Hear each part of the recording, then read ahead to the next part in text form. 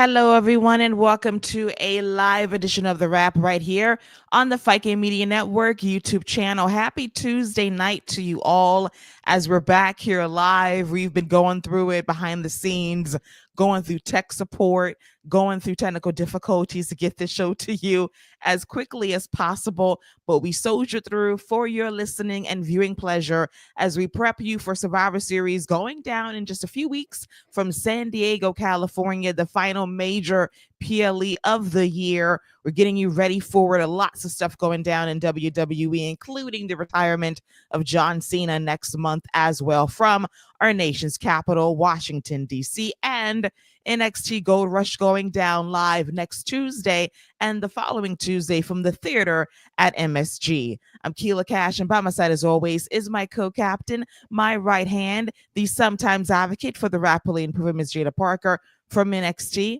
I bring to you back on the wrap, as always, the one, the only Geek Squad, Scott Young. Welcome back, Geek Squad. What's up? What's happening? How's it going? Are you here? Well, as always, it's a pleasure to chop it up and talk all things WWE. But let me tell you this, okay? I'm working with the same type of tech system that Road Dogg is working with when he's working his AI on the storylines. So that should tell you exactly what I got going on over here, okay? It's Wow. not good. Let me put it to you that way. So we're not even like 2 minutes into the episode, and Road Dogg just got his first stray. Incidental contact. I get it. Maybe that is that glitchy co-pilot getting to you right now. Totally understand it. But we're here. That's what's important. And I want to shout out people in the chat right now.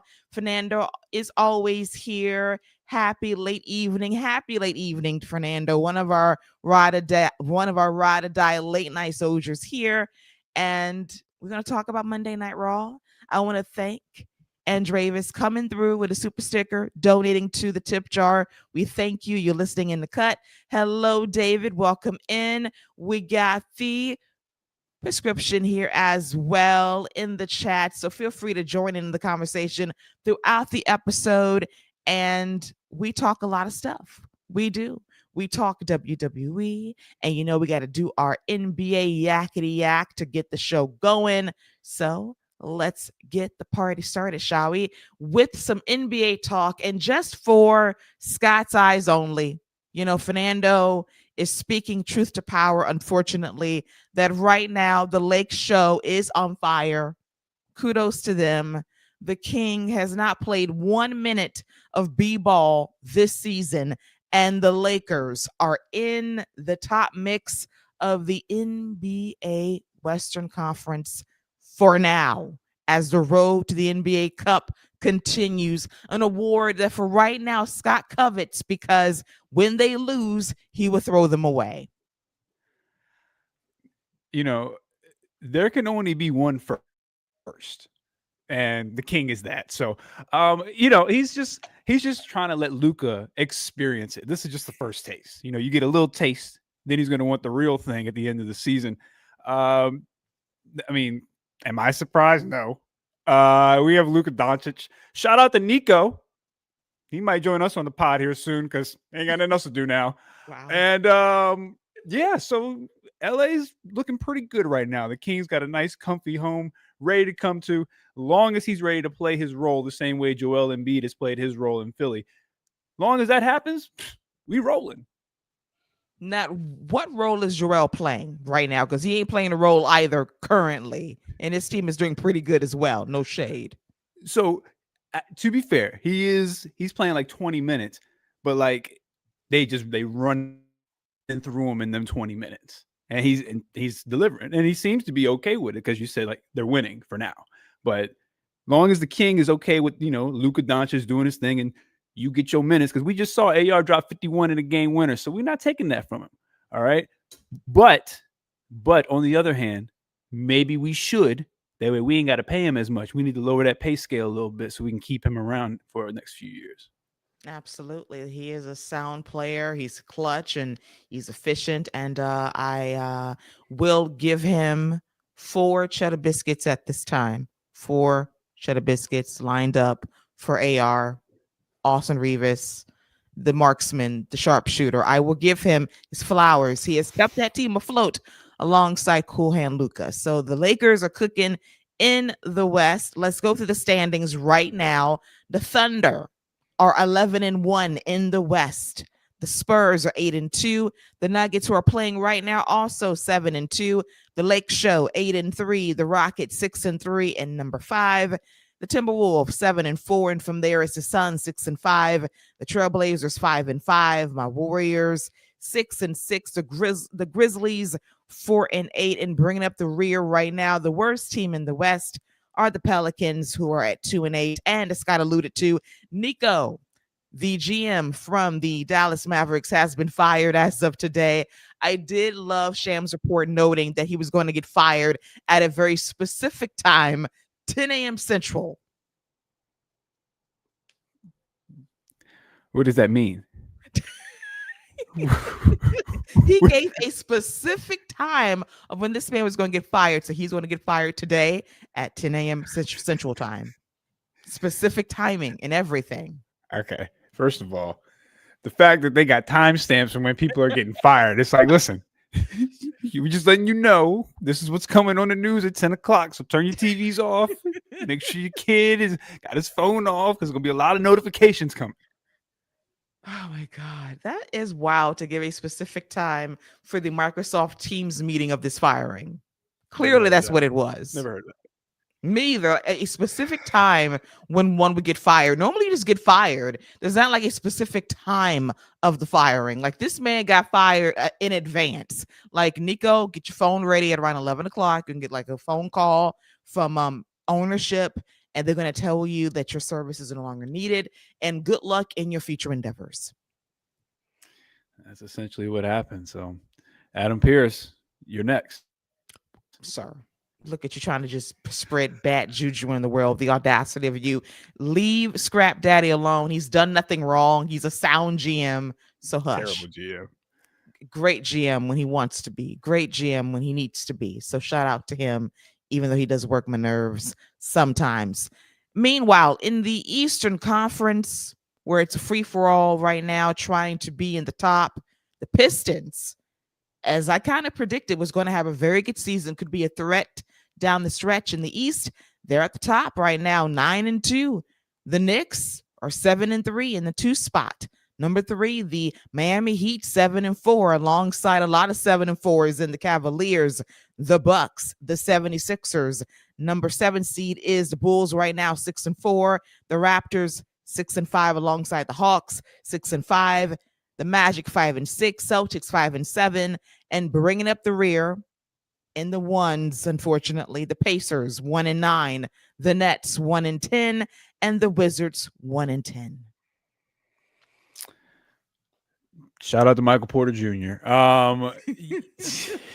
know, man said, look at Draymond. He got 4 rings. I'm gonna start a podcast too.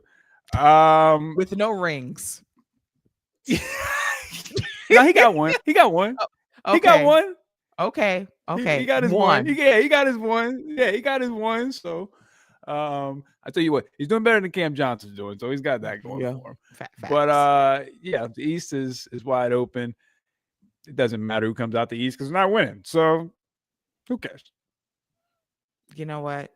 That is factually true. It's wide open.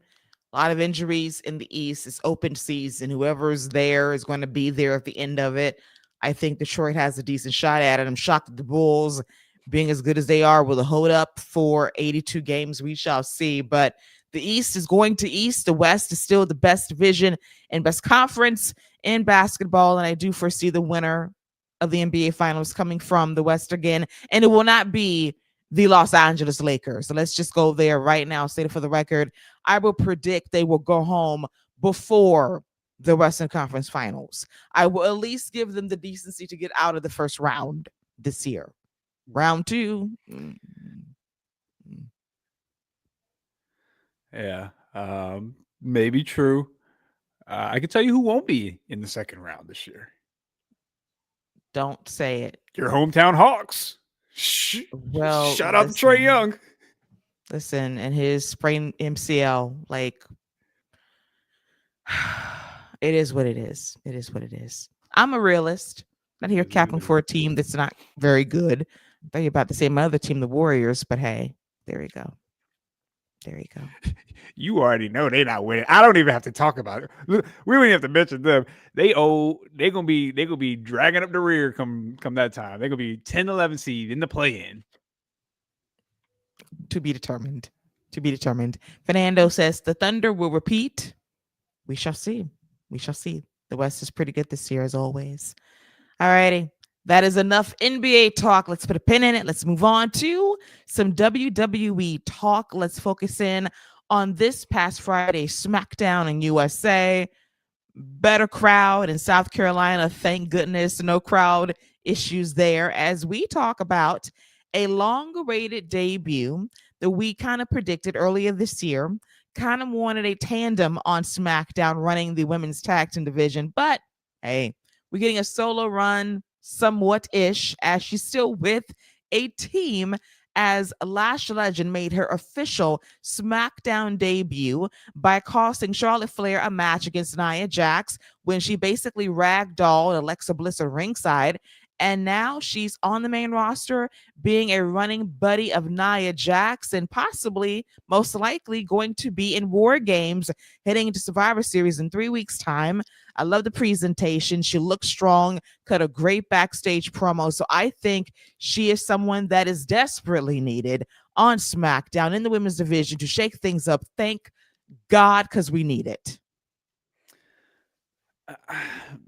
I mean, yes, we do need it, but is she going to shake things up? Like, are they going to let her do what she needs to do to be that type of person to make a difference? Because I don't think they are. The fact that they paired her up with Nia Jax, the person that they just what did they do? Just beat the respect out of who are they? The bar? What are they? The female bar? What is this? Like, I mean, like, what are we doing here? So I think it's a cool tag team. Like, it's a nice little dominant tag team, but it's just like that came out of nowhere. So that's cool, but I don't think they're gonna give Lash the opportunity to be that standout, because if they did, she would have just been called up on her own, doing her own thing, running through people. You made a very valid point. I wondered why when it came to the partnership of Nia and Lash, especially if you're watching NXT.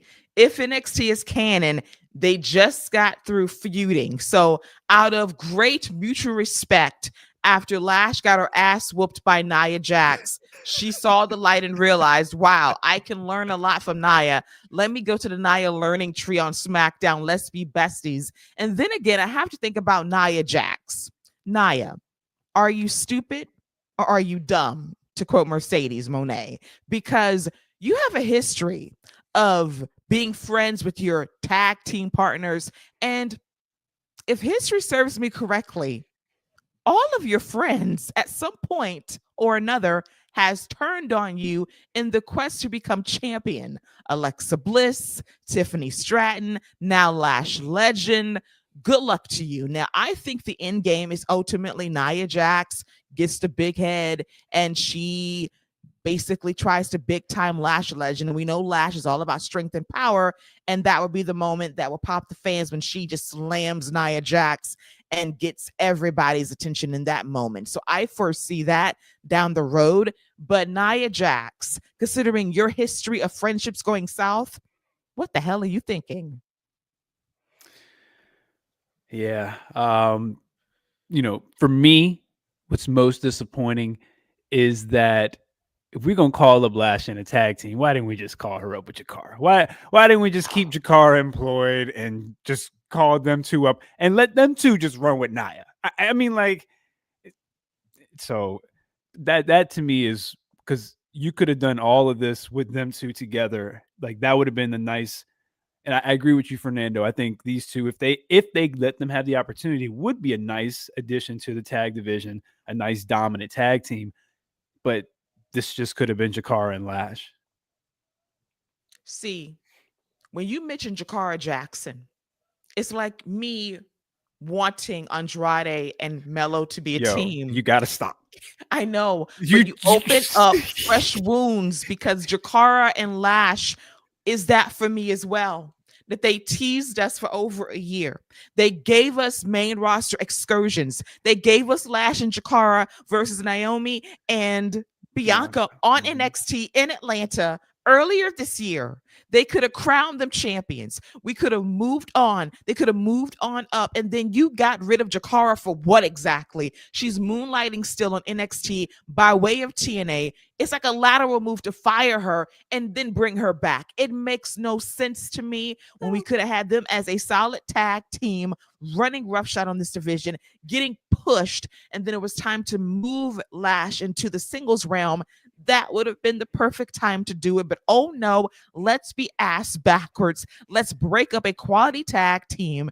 And now let's have Lash stuck with Nia, who's a vet, don't get me wrong. But as we just said, been there, done that with teams that implode on Nia. Yeah, you're not wrong about any of that. But all things considered, there could be worse ways of her coming up. So, we'll see what happens.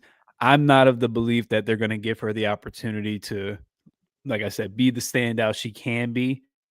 But at least she's going to get good TV time. Like you mentioned, she's going to more than likely be in the War Games match. So I'll take this over her just not being on TV. Me too. And I think it kind of speaks to what they see in her to be in a very important match at War Games, first major PLE for her on the main roster. And I do like how she's been showcased in these moments on Monday Night Raw specifically. We'll get to that in a bit. Like the moves she does in terms of the power she showcases has been impressive. When you get a crowd who barely knows you to pop at a freaking forearm strike, it speaks to like, okay, if they do something of that ilk of let's showcase the strength, the power, the badassery, the charisma, because she can cut a great promo too. She has presence. If you play into what she's good at, she can stand out. Now, then again, it's SmackDown. And who's there? Road Dogg and AI. And we got to pray on it. We got to look up and say, Lord, please let him not fumble this bag, but we shall see. Yeah. We'll see. We'll see. The jury is still out. We're going to talk about what happened on Monday Night Raw in a bit, but let's stick to SmackDown as we talk about another thing that happened in the SmackDown Women's Division. Now, this was quite the moment because it was Chelsea Green versus Julia for the Women's United States Championship. Julia dress crossed 100 days as champion. The most meaningless run, the most meaningless stat, because we hardly seen her defend that title, is hide the Joshi on SmackDown. So we have this match, and I could not believe my eyes at what I saw.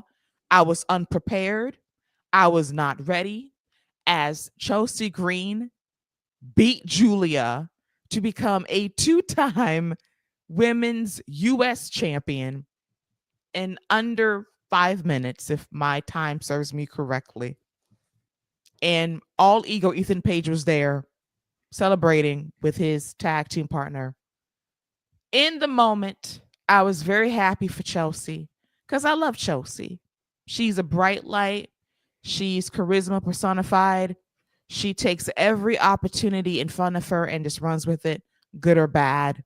Bless her. But I'm mixed on this because, my God, what a way to trash Julia's run and how to present her in this way. I am dumbfounded by this.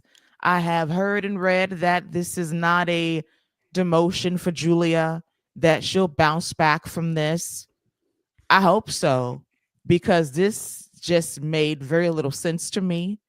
In the moment, I get it. Chelsea's a hotter act and character. I do. But damn, Julia. Damn. Damn. Shout out to Ron Simmons. Listen, I'm not mad about the Julia thing because all this means is that she's going to be on TV. She's going to wrestle more. She's going to get TV time. We're going to see her. She won't be hiding. I think it's a good thing. She lost the gold. She lost what's important, so now she's going to get TV time and get an opportunity to show people what she can do. This is great. Great news for everyone involved. They wanted to do this to get all the gold for the NXT Gold Rush next week, so that way, that her and Ethan just full of gold everywhere. Be a great visual. But I mean, it doesn't matter. They didn't present Julia as a killer to get the title. Didn't present her as a killer during the title. All they did was show that she needed a manager to get her to not wrestle. Because that's all Kiana James was doing, was keeping her from not wrestling, apparently. Because I think she wrestled more than Julia did. So this is where we're at. I'm glad Chelsea got it. I feel like they'll give her more TV time. And if this is what we need to do to get Ethan Page on the main roster more, I'm here for it. So again, Julia will be fine because now she'll get TV time. Think about the psychology that exists in WWE. That when you lose a exists championship, in Road Dogg. Exists yes, with Road Dogg. yes, and AI co-pilot. So in this universe, though, in which we live, think about this. Losing a championship means you've actually fallen up. That you are going to actually get more visibility and airtime, that your match time increases, that your push happens more frequently because you don't have a championship.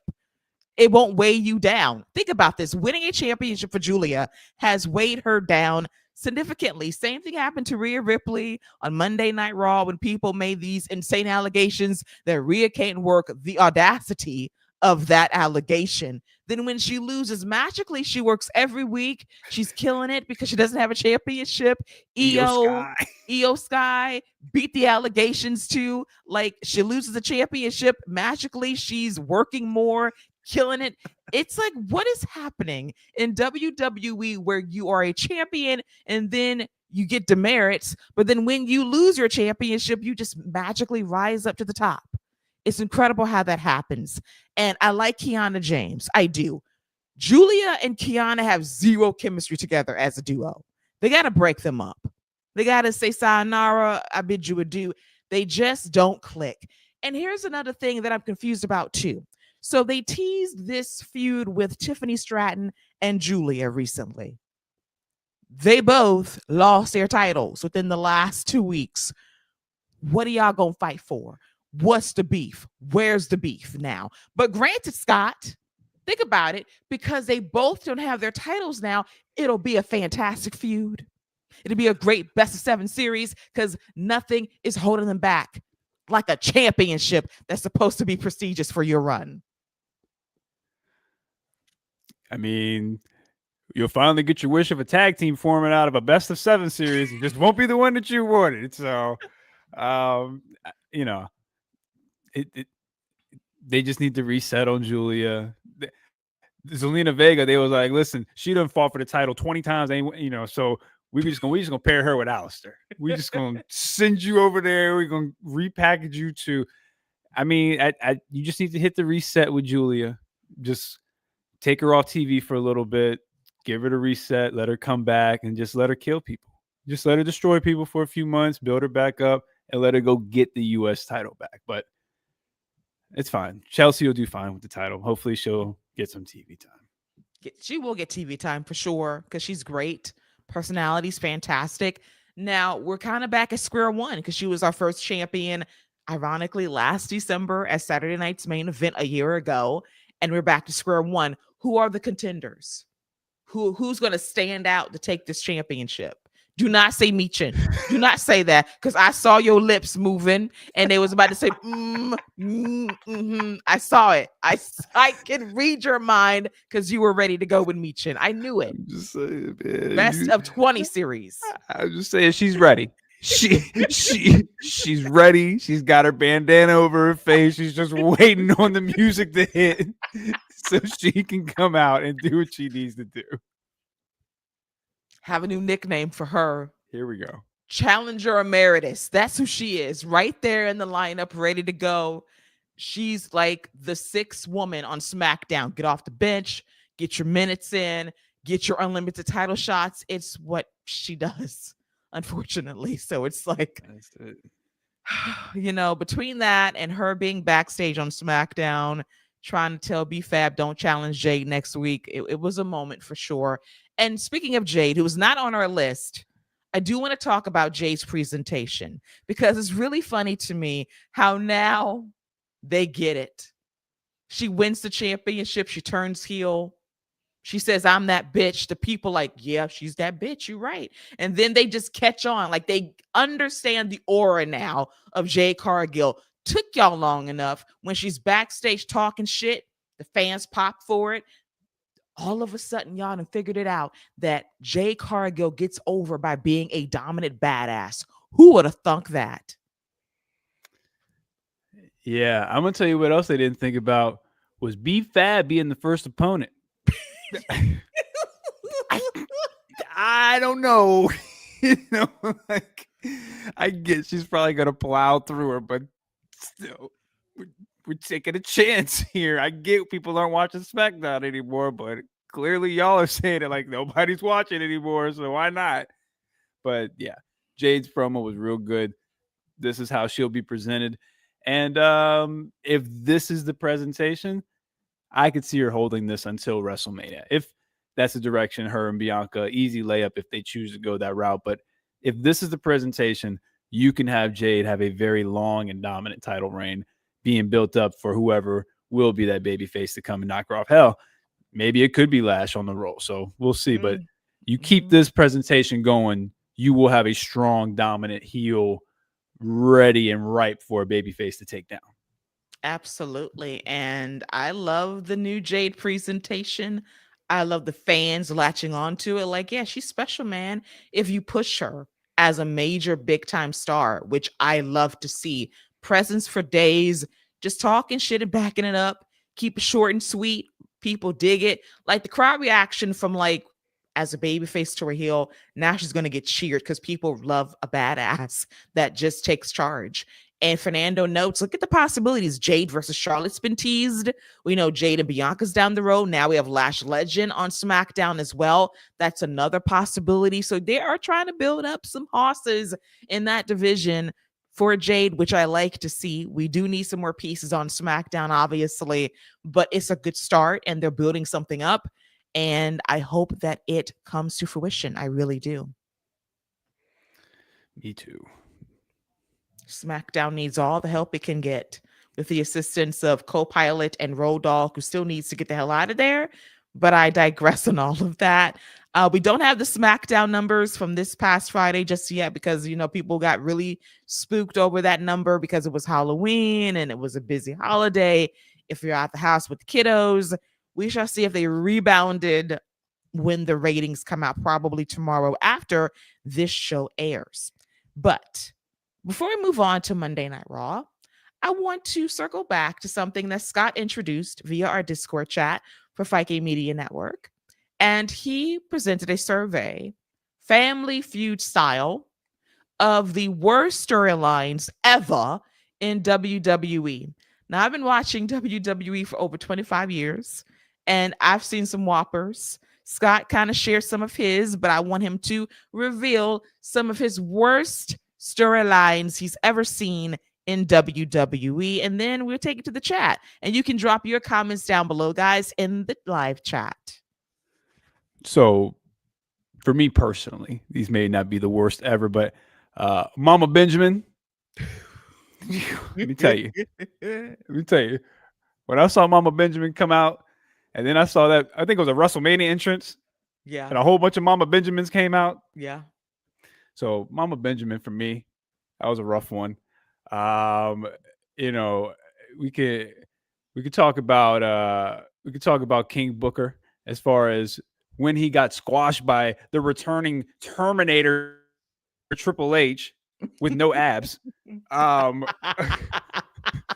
Hey, listen. Enforcing that drug policy. Listen, that wellness policy era. Shit, everybody was looking real fluffy back then.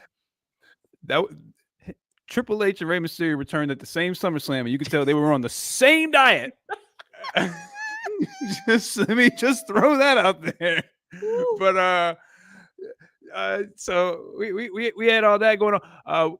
All seriously though, one of my least favorite was Randy Orton when he first won the World Heavyweight Championship from Voldemort, and they did this whole storyline with him having a concussion, and Triple H ended up beating him the very next month for the title, and that pretty much killed his babyface run, killed his main event run, and dropped him all the way down the card to the point where he's making out with Stacy Keibler at the bottom of the card until he decided to RKO her and get his career back on track by going after The Undertaker. But that's probably one of my least favorite storylines because it just destroyed one of my favorite wrestlers in Randy Orton, and then Mama Benjamin, because Shelton didn't need. They had this dude out here in a Hawaiian t-shirt, sunglasses, and his mama walking him down to the ring where she had an oxygen tank with her. I was done. You know what? You are absolutely correct on all of that. The flashbacks of it all, hideous. Fernando has some reminders. The Rusev and Lana storyline, which version? Because there's two versions. We have our love square with Rusev, Lana, Dolph Ziggler, and Summer Rae when they were so paranoid about something happening. Lana went to TMZ and said, oh, by the way, we're engaged, and completely nerfed their storyline on the air. I will never forget that. So kayfabe is still not real to them. Then we had the redo back in 2019 when we had Bobby Lashley and Lana get married, and we had Rusev and Liv Morgan break it up. How can we possibly forget?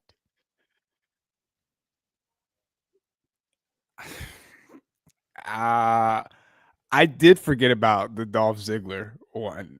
And Summer Rae. I did forget. Now the Bobby Lashley and Liv Morgan one, I remember that because that was when Liv was getting all these vignettes and stuff, and we didn't know when she was gonna come back, and she came back as the lover.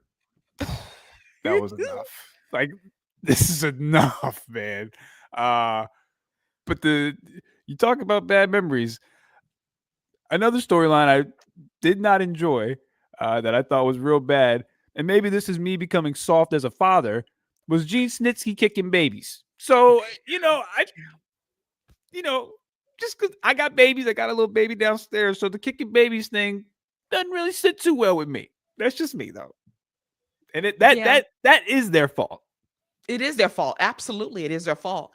And then Fernando mentions Vince McMahon versus Stephanie was dreadful. Yes, it was. And listen, this feud facilitated a marriage that was not acknowledged in kayfabe for years. Okay. Then they came back and acknowledged it back in 2007 officially. The time to be alive during that time. So let me reveal some of my horrible storylines in WWE that irked my soul and spirit. Number one, Katie Vick. A horrible, dreadful time to be alive. I was ashamed to be a fan because just terrible stuff. Then we gotta go to the classics when the late great Mae Young gave birth to a hand. And then I will say that the payoff was years later. The hand appeared on Monday Night Raw as a grown man. That was actually funny. In the moment, it was awful back in 99, but the payoff of the hamburger helper hand in 2012 during Raw 1000, that did pop me a little bit. Not gonna lie. I did laugh. And another moment that irks my spirit and soul, the whole Booker T Triple H storyline from WrestleMania 19. Racist garbage that was. Really bothered me. I'm really glad that I wasn't watching WWE before like 2005 because I missed this whole reign of terror. I missed Triple H doing all these, like, just crushing all of these great baby faces' souls and all these, like, I missed all this. My first 3 times seeing Triple H is him putting over a black man. So I'm like, hey, he all right with me. He all right with me. Because Sheldon beat that man 3 weeks in a row when he first got drafted to Raw. And I was like, hey, he can't be the cheat. It can't be too bad. Lost to Batista that year at WrestleMania. Like, I was like, he's not that bad. Then you hear the stories and you're like, oh, he's terrible. Awful. Roll the tape. Roll the tape. Roll the tape. Listen, Fabio hair having Triple H between 2002 and 2005 was a menace to society. He was. First of all, take it easy. You know I'm not lying. Okay. Roll the tape. You know that blowout was Fabio-ish. Come on. That man had luscious hair with no volume. With he had some locks. He had some locks. It was egregious. Okay, I'm just saying. So Fernando also comes in and mentions Big Boss Man crashing Big Show's dad's funeral. Was also trash. Yes, it actually happened. Lady B comes through. Hey, Lady B. So you are correct. So the Stephanie match was mere days before her wedding to write her off for years. That actually happened. Trash storyline it was. And then Big Boss Man, may he rest, cooking and feeding Al Snow's dog Pepper. Yes, that actually happened. The Big Boss Man has been associated with some pretty bad storylines in WWE history. May Pepper also rest.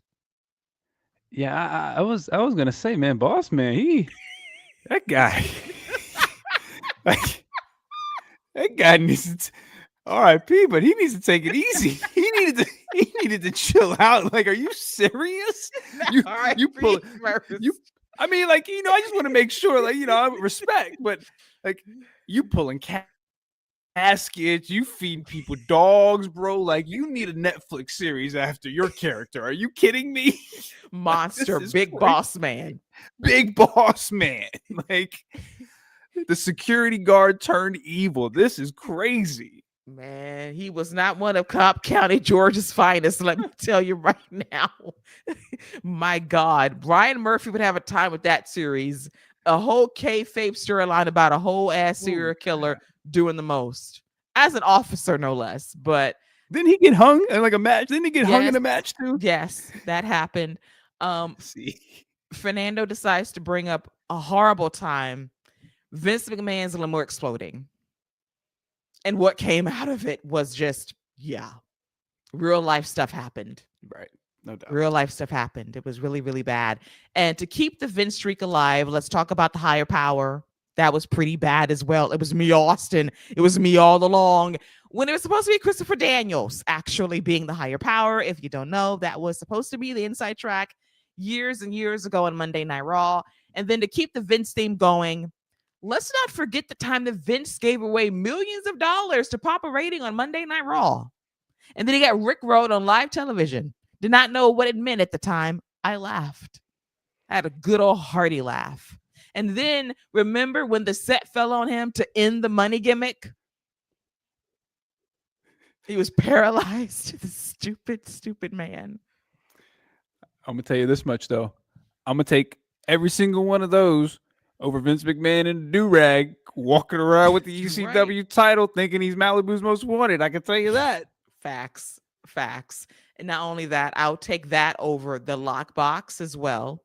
The golden egg. The Fabergé egg. Let's not forget that with Austin Theory. Just a mere 4 years ago, the Fabergé egg to promote a movie on Netflix involving The Rock, who did not bother to show up to promote his own movie. But they had that egg on set. Think about that for days. A fucking Fabergé egg. Okay. So clearly Vince McMahon he had a niche for the bad. Yes. Oh, Fernando continues to bring up the hitters.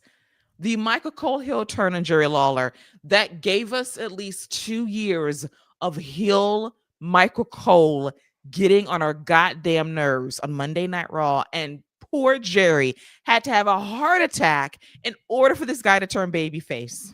Think about that. He was going to be a heel for life until things happened. A medical situation had to unfold for this guy to be a babyface, to be the true voice we needed in our time of need. Shout out to the undefeated Michael Cole at WrestleMania. Yes, and his prison tattoos. Shout out to him and those prison tattoos from Syracuse.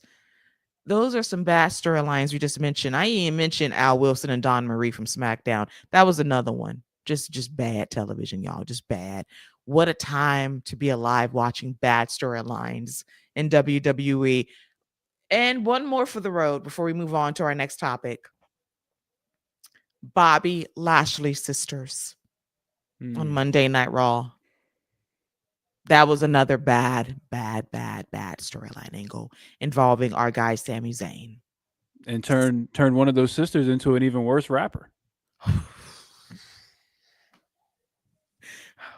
Yeah, So yeah.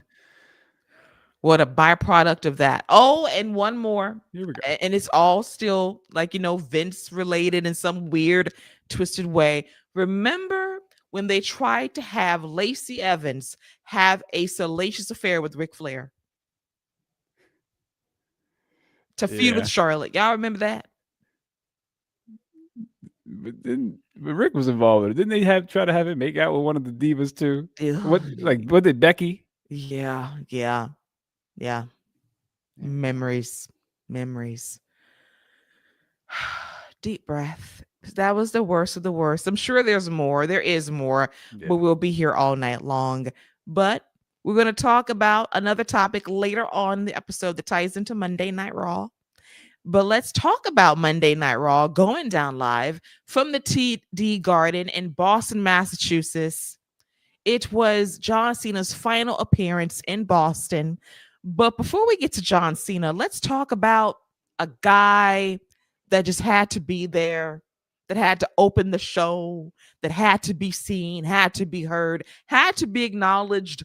Paul Triple H Levesque, to quote Gigi and what I say all the time, that could have been an email talking about the greatest of all time, how opinions can be subjective. I know what he was leaning towards because you know what we be saying about your ass all the time on the socials. You not showing up behind the scenes. You not showing up to do your job effectively. SmackDown ain't shit. You ain't been shit lately. But here you go, coming out, want to get the applause. I did laugh at the fan that had a Triple H suck sign, but dude, you didn't stand on business because you put that sign down when he turned around. Stand on business. Show that sign. Even if it means getting confiscated, even if it means getting kicked out, stand on business. Let him see that sign. But I'm sure you saw it in the frozen frame backstage. But no, stand on business. You put the sign up there, do that. Do that. But he had to get himself over talking about the greatest of all time. It's about box office. It's about in-ring. It's about charisma. It's about all of the above. And I can say beyond a shadow of a doubt objectively that man is John Cena. You know, it burned his soul to say that. It ate him alive to say it wasn't him. And he introduced John Cena. John Cena got the proper pop, lots of green in the crowd last night. And he was very grateful and thankful to be here one last time, showing love to the Boston crowd. And he made some announcements noting the last time is now tournament, the guy who will earn the right to face John in his last match, and NXT integration for Saturday night's main event exhibition matches involving NXT stars, a legit John Cena idea. And then as John is being thankful and grateful, Dirty Dominik Mysterio comes out to crash the party saying, I clear you in every era. You ain't got nothing on me. I'm the best. I'm the guy. Get out of my ring. And then Triple H, playing the role of Scrap Daddy Adam Pearce, says, hey, Dirty Dom, you says anytime, anywhere, any place. And John feels invincible tonight. He can't be beaten in his hometown. Let's go ahead and do this match. You versus Cena for the Intercontinental Championship. We'll get to that in a moment. But Scott, your thoughts on this segment and Triple H glazing all over himself for a pop? All right. Lot to unpack here. Lot.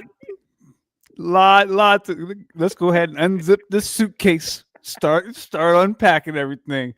Listen, y'all get mad at Triple H for not showing up to work.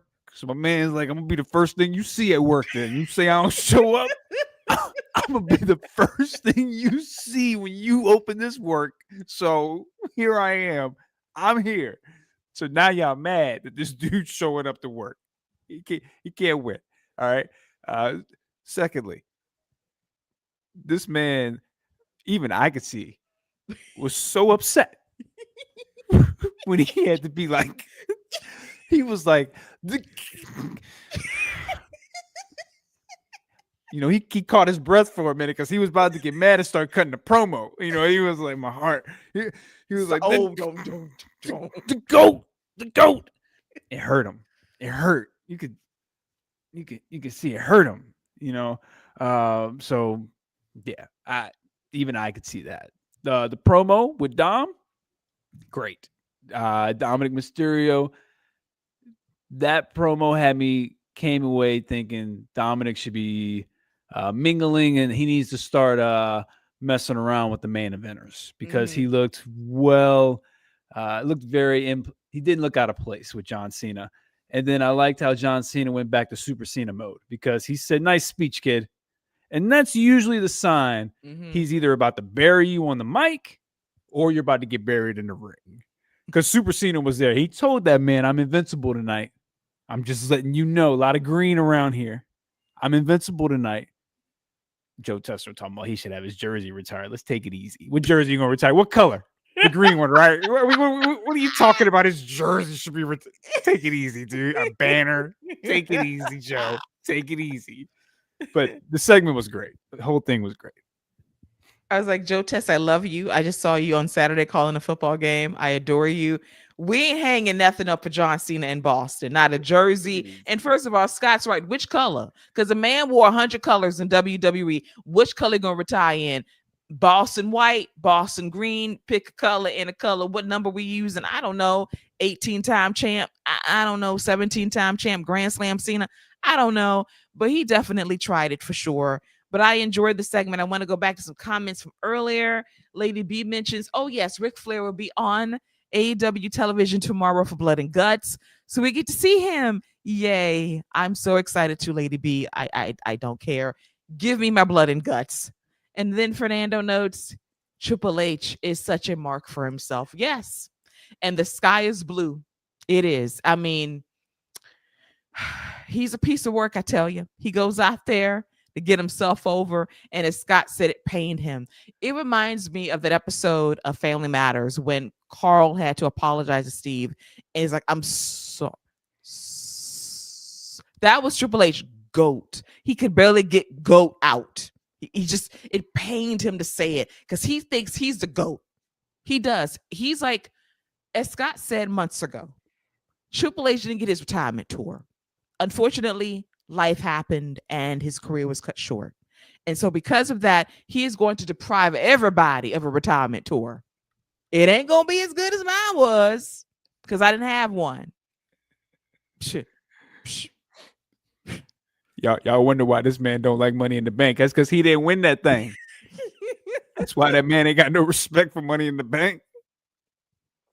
Trying to retire it. You got Mark Shapiro talking about we're trying to get rid of redacted, created PLEs. I'm like, first of all, dude, if you know your history, WrestlePalooza is not some made-up event. It came from the ECW intellectual property, fool. So what they gonna come up with? That's original. You better keep your bread and better listen. Redacted ain't shit for a lot of stuff, but the man knew how to brand his pay-per-views. Stop playing. That's like say we're gonna change the name of the Super Bowl. Why would you? Why would you? Just get out of here with that. But then Fernando circles back and makes quite the comparison. Triple H has become everything Suge Knight said about Sean Diddy Combs in that infamous Soul Train Awards speech. Now, Fernando, that is wildness considering where both men are today. Prison. Listen, I'm gonna leave that one alone. I'm gonna leave. Shout out to you, Fernando, though, because I'm gonna leave it alone. But you might be on something. I'm gonna leave it alone, though. That's a power reference from way back in the day. Shout out to you, though. There's a documentary series that talks about like the history of Death Row Records. And I believe it was KC from KC and JoJo. And they interviewed everybody from Death Row. And they said, listen, even today, even with this man locked up, we do not talk about Suge Knight. We just don't. That is like persona non grata. We don't talk about that. We don't talk about him because he was a menace.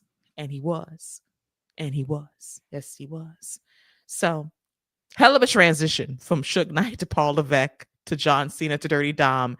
And I agree. Dirty Dom just feels comfortable in that spotlight with the big heavy hitters, and how he carries himself, the facial expressions, like not being intimidated by the moment. He met the moment, which was impressive. And to get booed in John Cena's hometown is impressive because normally in this situation you would get cheered because they do respect game, but on this night John Cena is just that much more over as a babyface versus Dirty Dom is with the people who love him, even though he's a heel. So we get this match impromptu. We thought we were going to get it at Survivor Series, but they said, no, let's run it tonight in Boston. Got the match, and it was good for what it was. Nothing too flashy, nothing too splashy.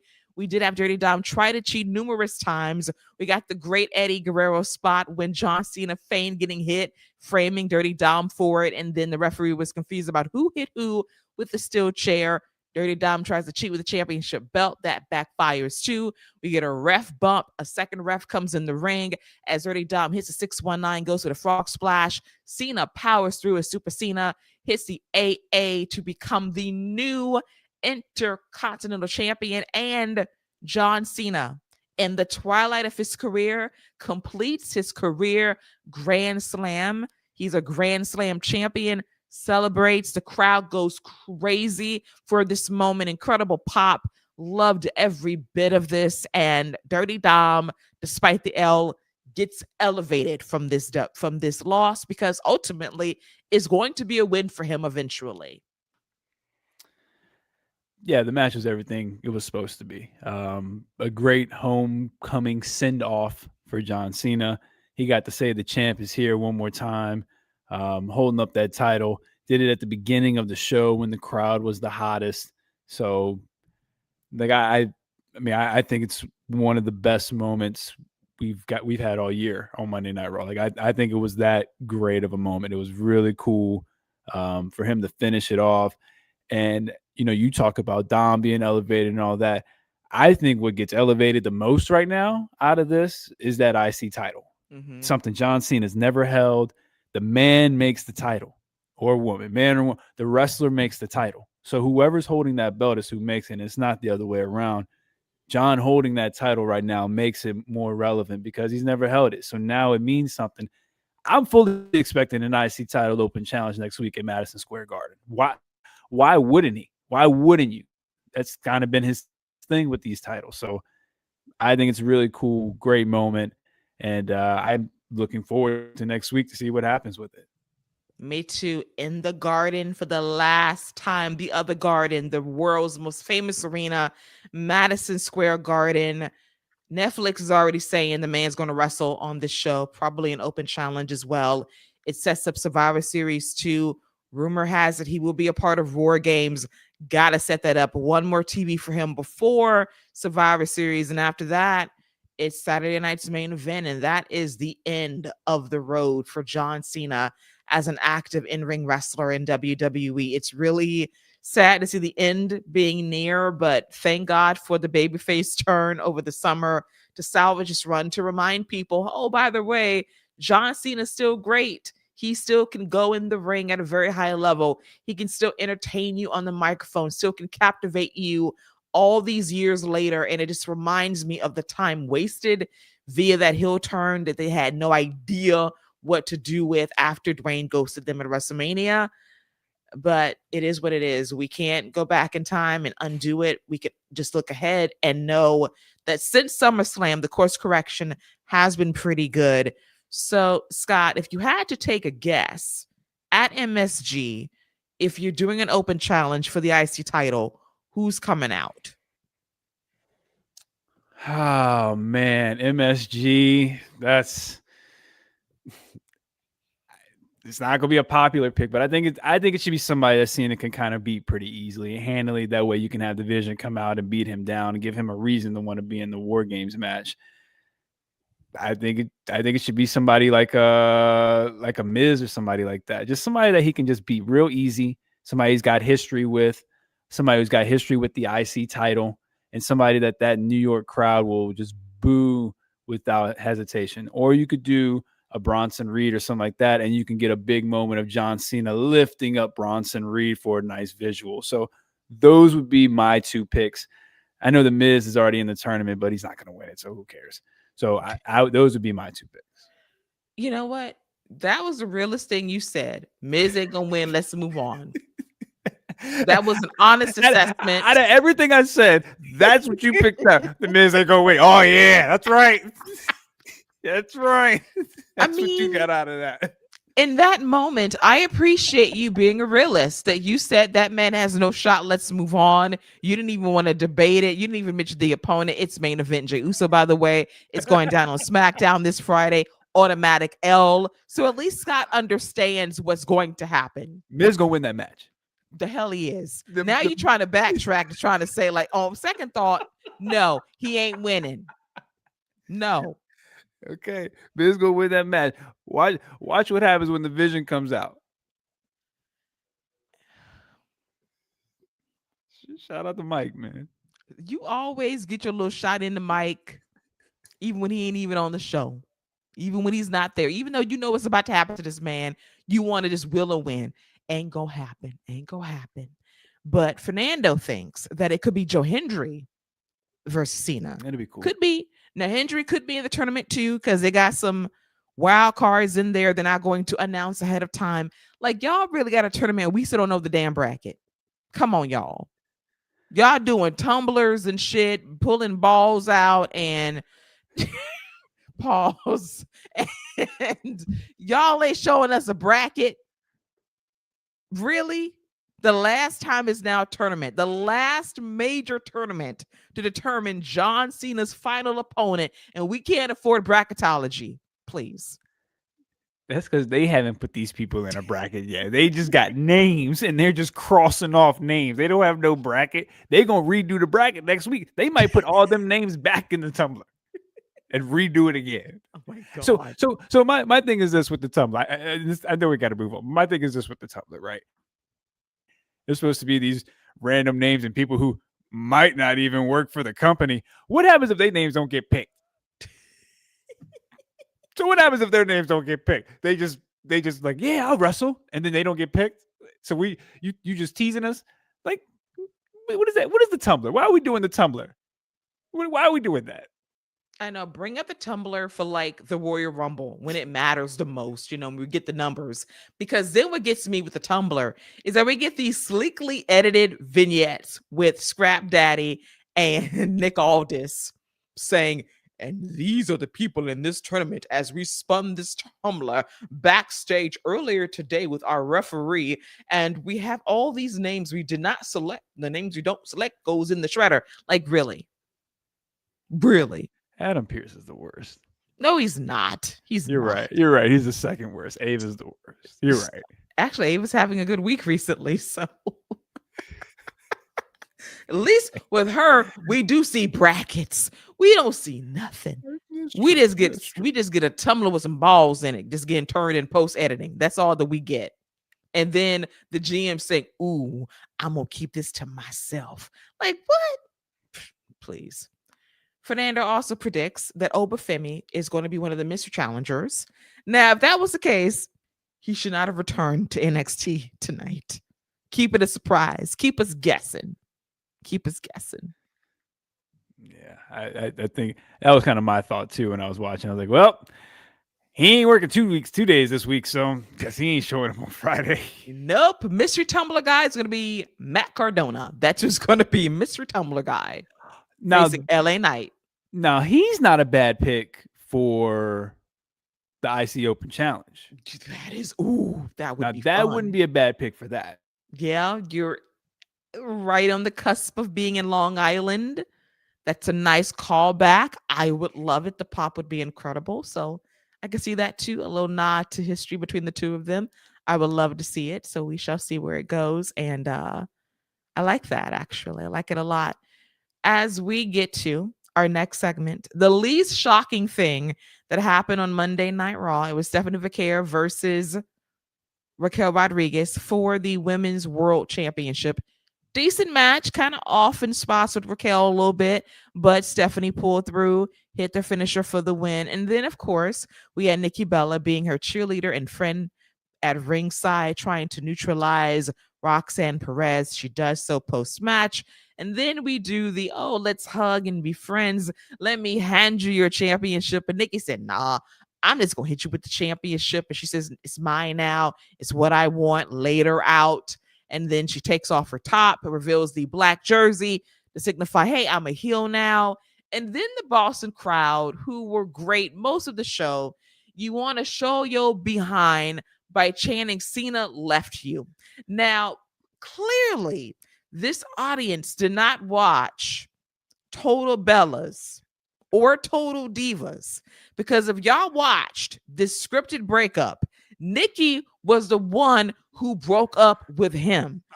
John Cena was the one begging for her back on Good Morning America, telling Robin Roberts, oh, she was the great love of my life and I miss her and I feel so bad things ended the way they did. Y'all don't look in your archives, y'all. He didn't leave her. She left him. Get your facts straight. First of all, don't let facts get in the way of a good story. Okay? That's the first thing.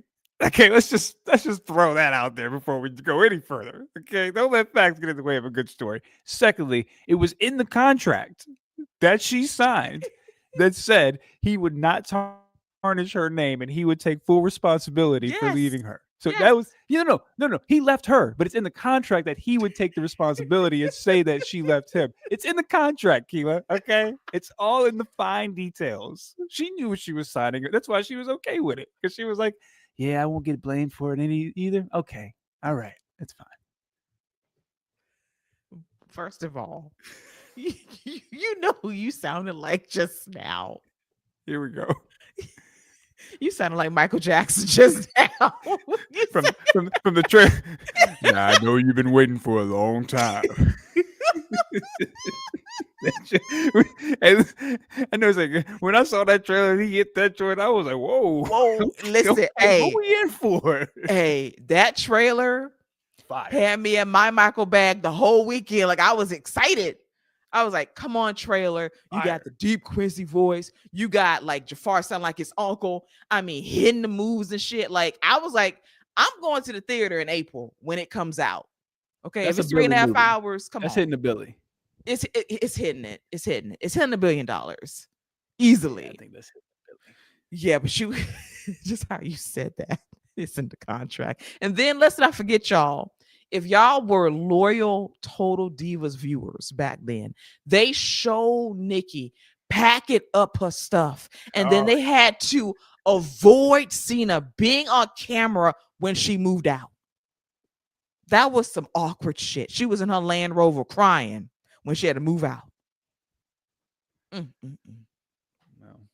Got these fans up here talking about Cena left you. No, in the contract, as Scott said in kayfabe, no, he had to take all responsibility because that man was crying all over television. He was promoting some movie like, yeah, I take full responsibility. I mean, I love Nikki, great respect for her, wonderful woman, beautiful woman.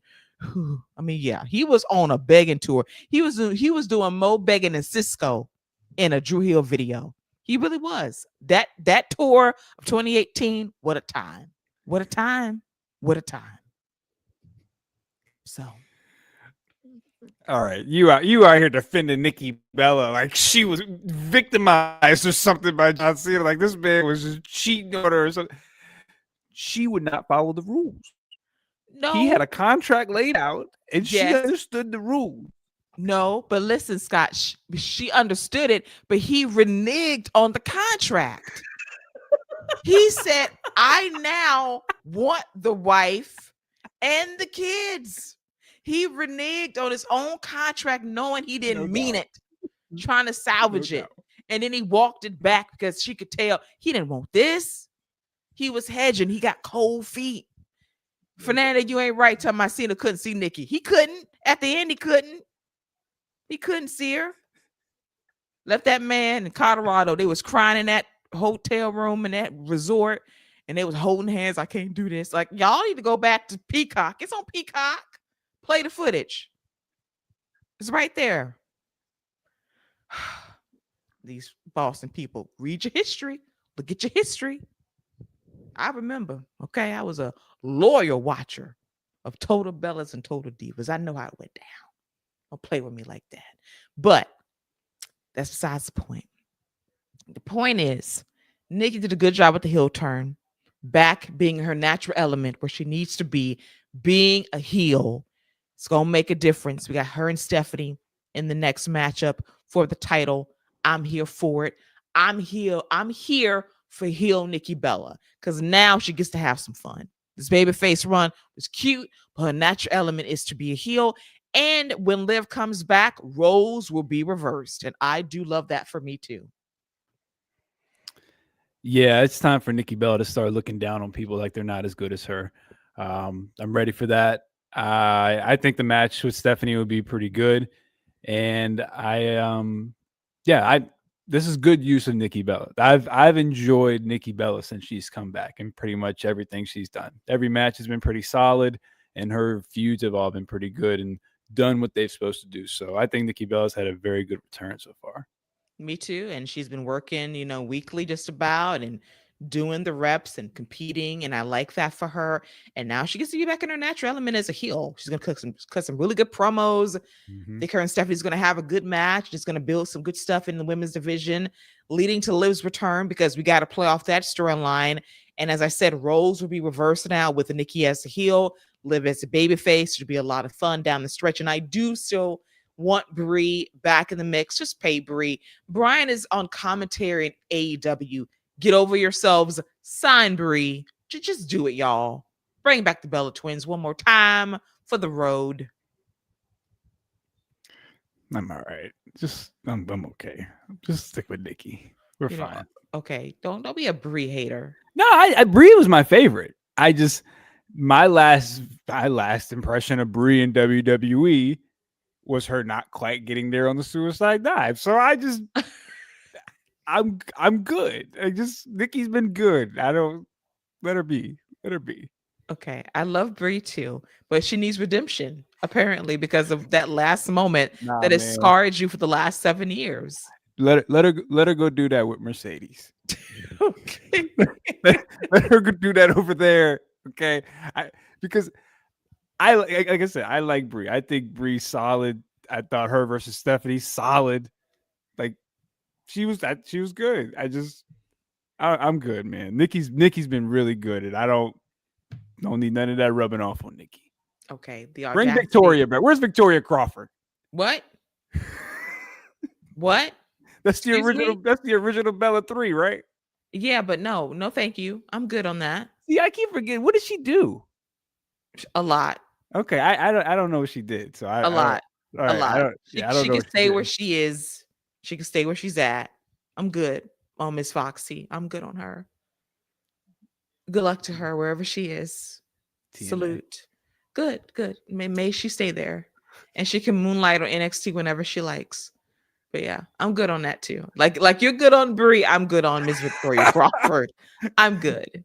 I'm gonna have to see what she did. I'm gonna have to see what Victoria did. Cause you've been real cold on her for a while. I got to see what she did. Yeah, you read it up and you figure it out. And you be like, I understand. I do. Got it. I got it.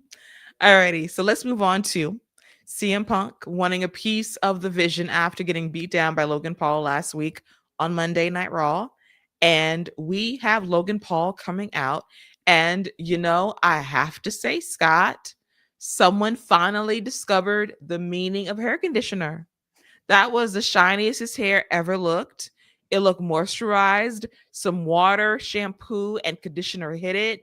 I was like, wow, someone listened to the show and got conditioned. Thank you. I appreciate that.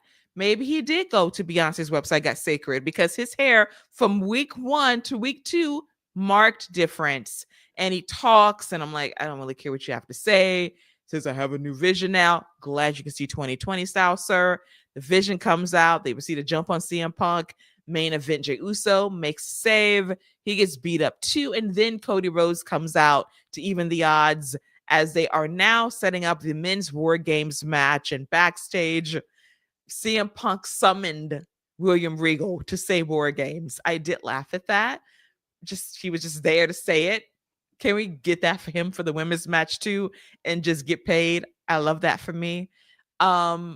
I dig what we're seeing right now. The three guys already in for both sides. We need a couple of more people. Predictions are John Cena and most likely Roman Reigns to run out the field. For the heels, to be determined on that. I fear it could be Brock Lesnar, could be Austin Theory. We shall see about that as well, because you do need some all stars on the heel team heading into Survivor Series. But my one takeaway is the fact that I really loved Cody's fit. I would buy it, but unfortunately, that god awful American Nightmare logo's there, so I won't be buying. But the camouflage was hitting. I just can't buy it with the logo, sir. I am so sorry. I do not want a neck tattoo on my stuff. I'm good. Man, the segment was fine. So what? Cody's on CM Punk's team now this year. Like this is this this officially marks the War Games ship jumping the shark. I mean, like what? Like what is this? This is where's Big Jim? Where's Big Jim? Like what is going on? What is going on with none of this makes sense? Like if we're gonna do this, just go get Big Jim and put the bloodline back in there. Like I don't like the way this is being built. This should just be a traditional Survivor Series match. Yeah. And let the women, at least there is a strong story as the backbone for what will be that War Games match with with Asuka, Io, Rhea, all that. Now you've got Charlotte and Alexa. They've got the titles they just lost. Like there's real storyline threads throughout that entire thing, strong storyline threads that build that as the backbone of that. So that should be the War Games match. This should just be a traditional Survivor Series match. Yeah. But it is what it is. I'm sure the match will be fine. I mean, last time Bronson Reed was in this, he did the splash from the top. That took him out for like 6 months. Oh God, flashbacks. Let Logan Paul do it this year. Let Logan Paul do that. And I'm with that because he probably will. And like that's probably what's going to happen. But this is just so put together. It doesn't feel important. It doesn't feel big. And you're going to have all these champions on the same team, and it just doesn't feel like a big deal. This doesn't feel as important as the first War Games match did. Or the second. I agree. It's like it's giving blood and guts about like the men. I don't need this match this year. It's about the ladies who have a better story. Same thing with AEW. The women should have their own blood and guts match alone and let the men do something else. I think the same thing applies here. I think it's going to be driven by star power more so than anything else. And that's not enough for me because the story's not there. Seth's hurt, unfortunately. He would have been in this match. That would have played a good thread with him and Roman. That element is gone now. So now we have people that have blatantly admitted we don't like each other. So Roman Reigns, for the second year in a row, is going to team with CM Punk, is going to team with Cody Rhodes, is going to team with these guys he does not like and his cousin to fight against Division and most likely Logan Paul, Brock Lesnar, and maybe Austin Theory. Out of nowhere. This is what we got. And don't forget, he said he didn't want to see Jey Uso till Christmas. Yes. He broke his own promise. You're going to see this man on Thanksgiving heading into Survivor Series. So you are a liar, sir. You lied. I don't want to see you till Christmas. You're going to see him on Thanksgiving and Survivor Series. Liar, you are. You can't resist a good turkey dinner with your cousin. But it is what it is. Big Jim, as we said, he's got to be close to home. For Naomi, he's got to be close to home. So it's about that time that he's not going to be on the road as much. And I understand it. You kind of called it. But we'll see if he'll pop back in between now and Survivor Series. He should be in this match, but they're telling a different story. And I think the story is going to be somebody's turning heel on the babyface side. I don't trust somebody on this team. And I don't trust Jay at all. If it's going to be Jay, then I don't think Roman's on the team. I don't think Roman will be there when he turns. I think Roman will be the one that he probably runs into after the turn. It's kind of like that. So I could see maybe it being like a Sami Zayn or something like that. Somebody like that. Somebody Cody could say that he trusts, because I don't think he would trust Roman. So I could see it more like being a Sami, and then it adds even more to the turn. So Yeah, I'm with you on the Jey Uso thing though. Yeah, something doesn't quite smell right with that, and it's deliberate. And we shall see where it goes heading into Survivor Series Saturday in just a few weeks' time in San Diego. As we now get to our main event of Monday Night Raw, which was Charlotte Flair and Alexa Bliss defending their women's tag team titles against the Kabuki Warriors. They knew this match wasn't supposed to be like this instant classic because of the outside interference. So we kind of got like a paint by the numbers match that facilitated a title change with Asuka and Kairi Sane becoming the new women's tag team champions. We kind of figured that would be the case. Congratulations to them. They have done phenomenal work this year, especially Asuka, just in the pocket, in the bag right now, in the best possible way. They won this match thanks to interference, courtesy of Nia Jackson, Lash Legend. And after the match was over, the heels basically quadruple teamed the baby faces until the returning Io Sky came out there to even the odds. And then Rhea Ripley in her face mask to guard the broken nose comes out there too. And they even the odds. And that sets up the Women's War Games match for Survivor Series. They need one more person for each side. I predict that will be Becky and AJ Lee. Oh boy. Let's hope not. I don't know about AJ Lee being in the War Games match. Like that's a lot to ask. I guess you could hide her pretty well. She could take a couple big bumps, be out of the way. But I don't know about that. I mean, who do you put in there instead? Um, you know, I just made the comment about you AJ Lee, and then I'm thinking, why not put Maxine in there? But like that would be even worse because she would just look like a fish out on land. But that might actually work to her advantage. So, but yeah, Becky Lynch I could see. I just AJ Lee, man, that's a big ask for her in War Games. It is, but she could be hidden. That's the key. She Like she could. doesn't have to do a lot. She can, if the baby faces, because I know probably heading into the match, you got to fight for the advantage. The faces should lose because you should have the disadvantage for this match. And if she gets in at the last moment, that's what you need her for. She could be in the clutch in those key moments, not being in that match for a large chunk of it, just when War Games officially starts. That kind of sounds good to me. And then I pray to God that Nia Jax is not the pace setter because that ruined the match last year. Like, what were they thinking? So as long as they don't repeat history there, we're good. But I do like how this match is shaping up for War Games.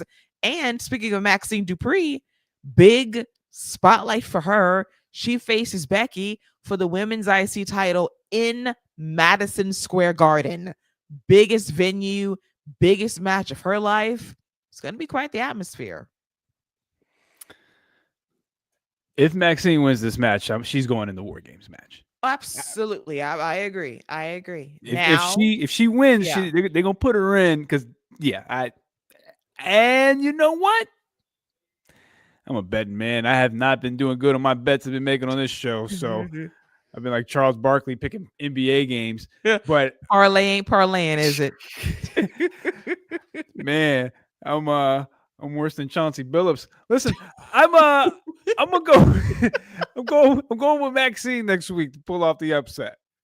I got the same feeling as well. It's just, it's a special building to pull a trigger like that in that moment. And she's bringing back someone that has helped her train for this moment. It can't be Natalya. That's too predictable. I would love for it to be Chad Gable. I would love for that to be the guy that has been training her up because she has talked about him, in interviews recently as someone who has legitimately helped her in training. And we know Natty has done that via the dungeon as well. Could be AJ in the mix too, helping her. We shall see. But I do think that Maxine will win this championship next week at MSG. It's too big of a venue for them not to do it. Now, see, now you might have figured out how they get AJ Lee into it all. AJ Lee could be that person, especially since they just had the mixed tag and all that. She might say she's figured her out. So that could actually work. So yeah, next week, this was one of the best Raws they've had in a while. Yeah. Might be one of the best Raws they've had all year. And next week is shaping up to be another pretty good one too. Equally as special for sure. Fernando says, let's go 3 for 3. So either we're all prophets or all fools when we reconvene next week about this. But I got money on Maxine too. I just think that it feels right to do it in the Garden where things can happen, special moments. That would be incredible for Maxine, honestly. And to know that would be like her first major championship victory in the Garden, that is huge. I would love that for her if it happens. That would be a special WWE moment. And speaking of the Garden, we have the Last Time Is Now tournament. We kick things off. Rusev, who I don't care about, advanced over Damian Priest, whatever. And then Sheamus beats Shinsuke Nakamura to advance. Good for Sheamus. Next week's match in the Garden. Woo! Gunther returns to face Javon Evans in the Garden. It's going to be special. Scott got the hand up already because you know what's about to happen. Sir, what do you feel heading into that matchup in the Garden? Give him 25 minutes, man. Yes. let's just let him cook. Let Gunther chop the hell out of Javon. Let that man fly. Yes. Let him make this the last 5 minutes of the match. Like the first 15 should just be Gunther just pummeling this man. And the last 5 minutes is just Javon hitting springboard after springboard after springboard after cutter after cutter after dive. I mean, I haven't seen excitement for a match like all around from all different walks like this in a while. People are very excited about this.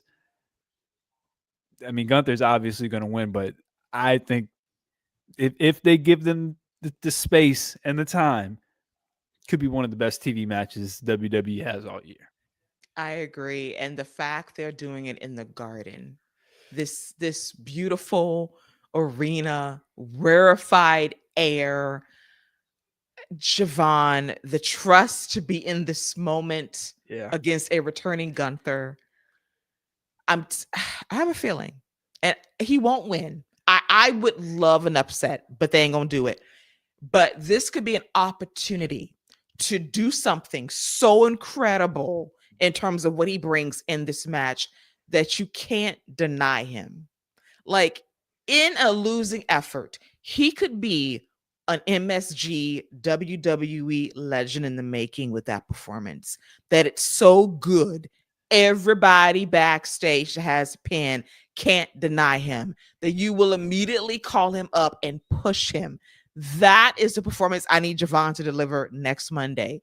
The undeniable, can you hear it in the crowd as I hang on every pinfall, as I hang on every near fall, as I hang on every move he makes. If he does that, y'all can't fumble. Y'all can't fumble that. And the fact that you trust him in that moment speaks to what they see in him. But I don't want him to be like a Kofi, have a great MSG moment, and then we wait 10 years for him to be champion. No, don't wait a decade. Push him while he's hot. To be fair, that was Kofi's fault, and Randy Orton told him that. So, you know, just saying, that was according to Randy Orton, it was Kofi's fault. I hated Randy for a long time for that. You know, I had smoke for that man for years. Before Randy found Jesus, apparently, and reformed. Yeah, I mean, that just happened last year. But, that just happened last year. But, yeah, I'm with you.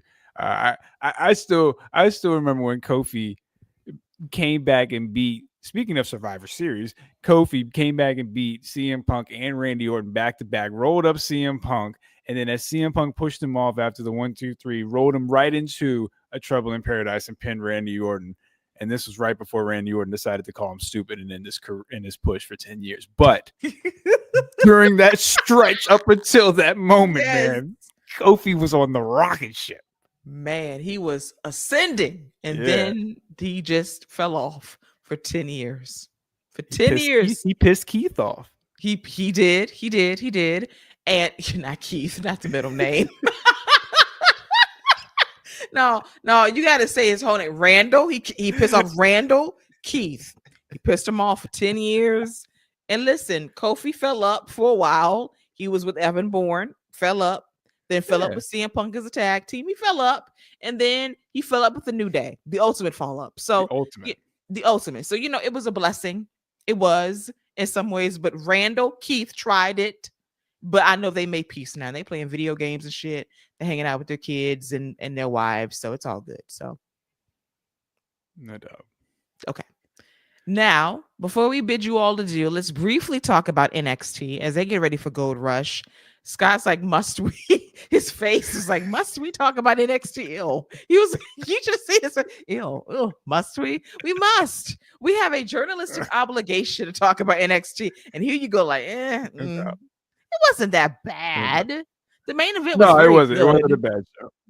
The main event was It excellent. wasn't bad. Ricky and Trick went out there, last man standing. This was Trick's last stand. Hopefully, move on up to the main roster. There's nothing else for you to do here. So that main event was very good. The spear off the barricade through the table, the announce table that is, was crazy to end that match. And then at the end of the show, as we talked about earlier, Obafemi teases coming out with his entrance, and that's how the show goes off the air. So if we think that he is going to be a surprise in the tournament, they said, psych, he's back. Probably challenging Ricky for this title, maybe at Gold Rush, maybe at Deadline. Yeah. I don't know about you and your local affiliates, but my local affiliates shut it off as soon as the lights turned green. They did. So, okay, I was just checking because the news don't play. The news don't wait for nobody. Listen, the CW and the news at 10. Ask Dwayne about it. I ain't got time for you. Wrap that shit up. We got the news sharp. at 10. Sharp. Okay. Promptly at 10. You hear me? Promptly. But the main event was real good. The ending pissed me off. Like that was you did all of that. I mean, the last 3 minutes was just Ricky Saints running through stuff, literally just running through a running trick through something, and then they both stand each other up, and he just smushes Trick down for the win. And then he runs in the ring and is got full of energy. He's just standing up, jumping around on the ropes. Like, bro, what? All right, that's enough. But yeah, the match was real good. And also, we got to get Jordynne Grace out of purgatory because she's just down there catching L's. Okay. Yes. And now we're just losing to Kalani. Nobody should be losing to Kalani Jordan multiple times. Okay. Nobody should be losing to Kalani Jordan multiple times.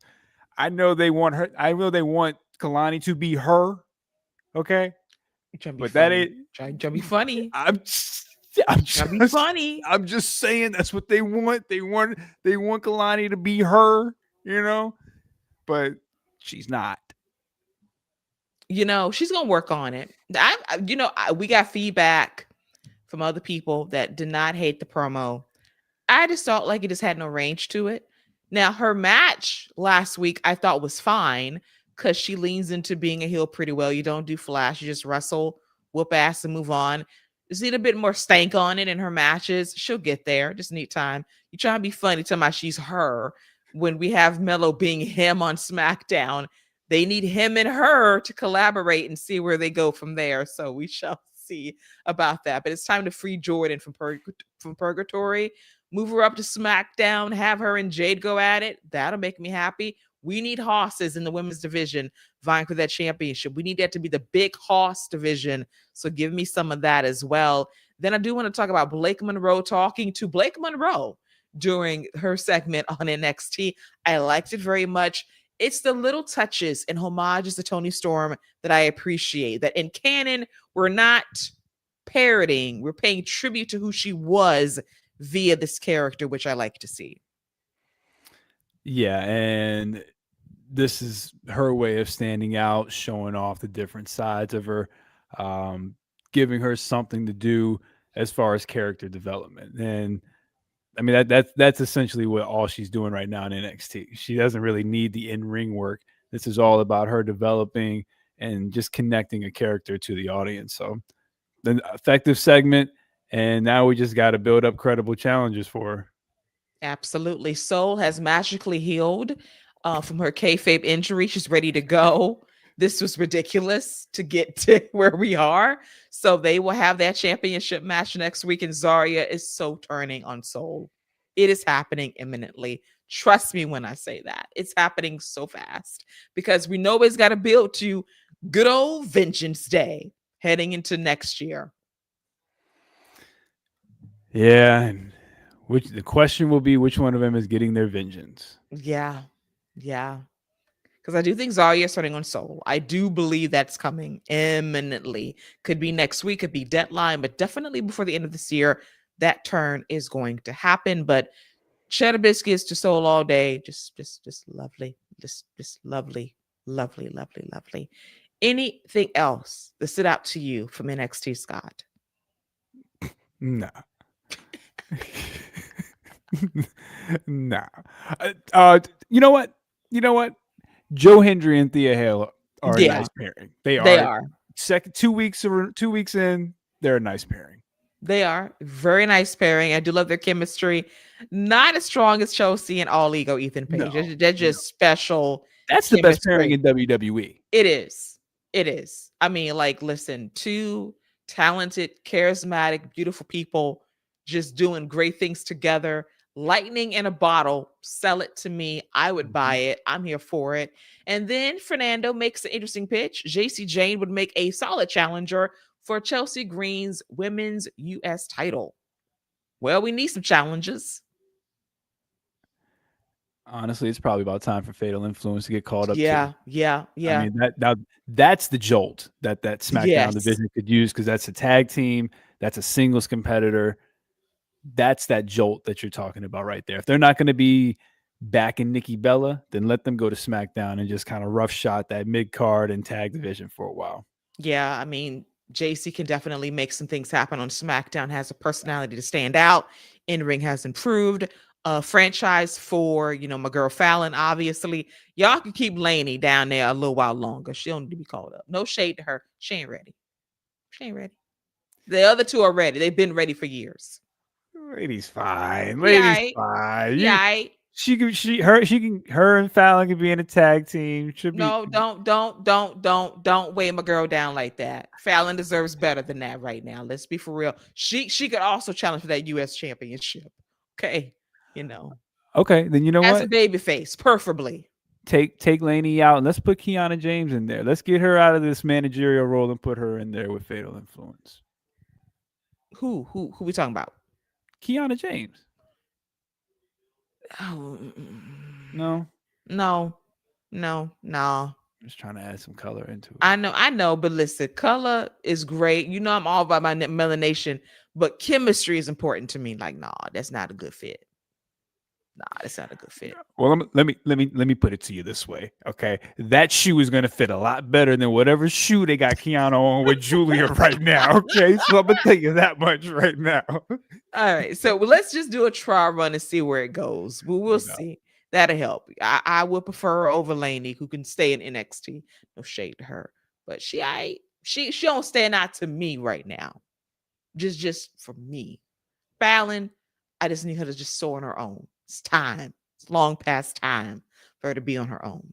But we will have JC versus Tatum Paxley for the championship next week at the theater at MSG. Do I expect a title switch? No, I don't. You do think it's gonna happen? Wow. Yeah, I think Jason. I think that was just all about the moment. That was Okay. purely just the moment. This is great for you. Now let's continue the story. She's getting turned on. Yeah, Izzy's gonna flip on her. I Yep. do see that too. I would love for her to retain the title, but we need some shocks on Gold Rush. You can't name a show Gold Rush and not rush with some gold changes on the show. Then Javon and Leon is going to face Fernando's favorite team, Dork State, for the tag team titles. I do not foresee a title switch. I, I'm gonna go with the title switch, just so that way Evans can have some gold when he shows up on Monday Night Raw next week. Well, that can't happen because the match is before. Oh, you're right. Now, in your reverse psychology, he'll lose on Monday and then he'll win on Tuesday to make up for it in front of a smaller audience. I swore that match was happening this Friday, and I was like, yeah, okay. So yeah, he's not gonna win the titles then, because he's not gonna have any gold when he shows up on Monday. No. But ironically, to make up for the loss, he will win on Tuesday to say, hey, we see the vision. We understand it. Here you go. So that could very well happen as well. So stack show for Gold Rush Tuesday on NXT going down over the next couple of weeks from the theater at Madison Square Garden. Looking forward to that. I know Scott's reading something. I'm also perplexed and confused as well. Definite choices there, as Fernando's also buying into Nikki Bella taking over as leader of Fatal Influence. I do love that idea. And then no second title run for Dork State. Well, sir, we are already into run number 2. We're already into the second run right now. We are about 3 weeks in. Let us pray. Let us pray. So those were the NXT highs and lows heading into Gold Rush the next couple of Tuesdays on the CW. As we put a pin on this week's episode of The Wrap right here on the Viking Media Network on YouTube, before we go, it's now time for our final segment.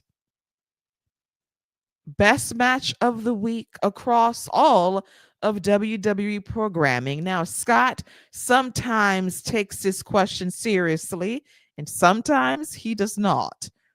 Where is he leaning? Let's ask him right now if you can read his face. This week, you know what? I'm gonna give all the flowers to old John Boy. So this week, my match of the week will be John Cena versus Dominik Mysterio for that IC title. History. You only see the first happen one time. His first IC title reign, his first IC title win. It's a great moment. So that'll be my match of the week. I won't pick, Tony Khan versus Nielsen or anything like that. I'll leave him alone this week because apparently it's wrestling versus Nielsen. So, oh my God, yes. We'll see what's going on.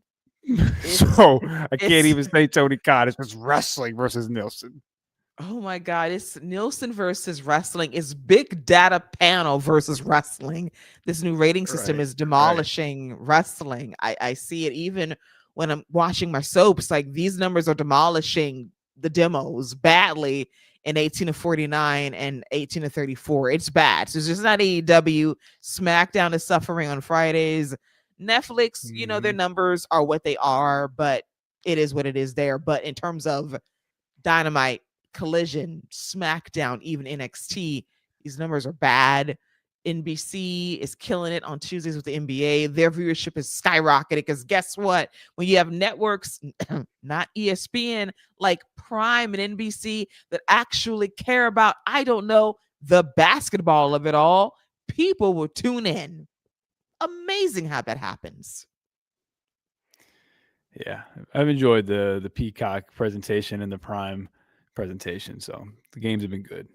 Me too. I agree. Very good. And I know people, they struggle with the streaming era. Like, I got to buy all this way. It's where it is right now. You got to drop the coins. But the experience in terms of the content is much better. The games are good too.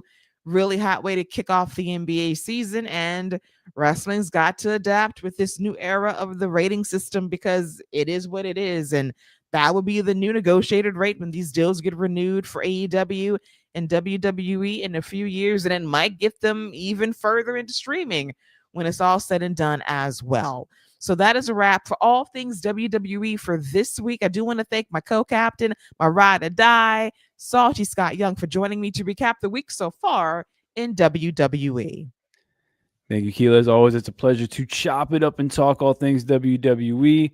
I look forward to watching The Miz beat Jey Uso this Friday on SmackDown, and then rubbing it in Keila's face when we reconvene next week. I love a dreamer, and Scott's the best dreamer there is. A dreamer, a guy that dreams big. And, we've been doing this now for almost 4 years. Our first show was Survivor Series 2001 at the Barclays Center. Fun times. And after all that time, he is still the biggest Ms. Homer there is. And nothing has changed. And I will be here next Tuesday celebrating Big J. I'm gonna call him Big J this week to beat on poor Mike. And I'm gonna say, told you so. You dreamer. You Homer. Yeah. Big Jake will be right on his back as the Miz is walking out, hand held high. You so Then he gets cute. beat up That's gonna happen. by Carmelo Hayes on the way out. Well, actually, Melo's gonna cost Miz the match. That's what's gonna happen. I mean, he knows it. Scott knows. He's in denial. He knows what's going to happen. Wishful thinking. That's all he has when it comes to Michael. It's all he's got. All he has to hold on to. But we'll be back next week to talk about a lot of stuff. Gold Rush going down live, The Guard and MSG, the MSG edition of Monday Night Raw involving John Cena. I expect a lot of great moments coming from that. Gunther versus Javon Evans. We'll talk about whatever happens on SmackDown as well, if it's relevant, as the road to Survivor Series War Games continues. So for myself and for Salty Scott Young, that is a wrap for all things WWE. Thank everybody in the live chat, David, Fernando, Lady B for coming through, and our donator at the very top. Thank you as well. We appreciate you. So until next week, that's this week. So for myself and for Salty Scott, that is a wrap for all things WWE. Take care and bye-bye.